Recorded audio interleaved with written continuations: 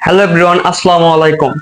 আজকে আমি কথা বলতে যাচ্ছি দুইটা ইউটিউবারকে নিয়ে, মিস্টার বিস্ট এবং রোনালদো। এই দুই ব্যক্তিকে নিয়ে আজকে আমি কথা বলবো। তো অনেকেই অনেক রকম কথা বলতেছেন যে রোনালদো ইউটিউব চ্যানেল খুলেছে, মিস্টার বিস্টকে এক সপ্তাহ কিংবা এক মাসের মধ্যে টপকাবে, অথবা সাবস্ক্রাইবার সংখ্যার দিক দিয়ে অনেক এগিয়ে যাবে, মিস্টার বিস্টকে ছাড়িয়ে যাবে এক মাসের মধ্যে। কিন্তু রোনালদো মিস্টার বিস্টের ধারে কাছেও আসতে পারেনি। প্রথমে যখন রোনালদো ইউটিউব চ্যানেল খোলে, একদিনে সাবস্ক্রাইবার 20 মিলিয়ন প্লাস, একদিনে সাবস্ক্রাইবার 20 মিলিয়ন প্লাস।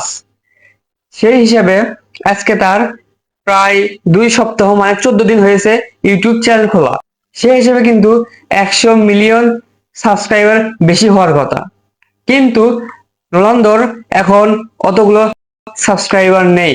54 মিলিয়নের মতো এখন সাবস্ক্রাইবার রয়েছে।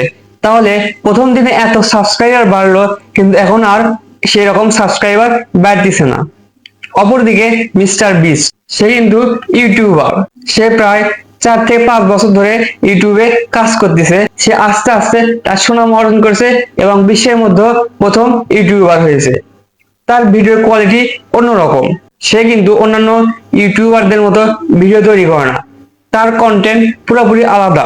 মিস্টার বিস্ট সে ভিডিও দিয়ে পরিচিত, তার কন্টেন্ট সবার কাছে কিন্তু পরিচিত। কিন্তু রোনালদো, তাকে সবাই চেনে খেলোয়াড় নামে। সে কিন্তু জনপ্রিয় ফুটবলার। সে কিন্তু ইউটিউব চ্যানেল খুলে ভাইরাল হয়নি, ভিডিওর মাধ্যমে ভাইরাল হয়নি। সে কিন্তু ভাইরাল হয়েছে ফুটবল খেলার মাধ্যমে। সে একজন জনপ্রিয় ফুটবল খেলোয়াড়, যাকে প্রায় মানুষ চিনে থাকে।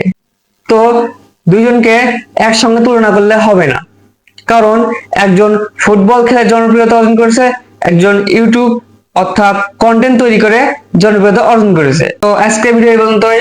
সবাই ভালো থাকবেন, সুস্থ থাকবেন। আসসালামু আলাইকুম। এবং ভিডিওটা লাইক, কমেন্ট এবং শেয়ার করতে অবশ্যই ভুলবেন না।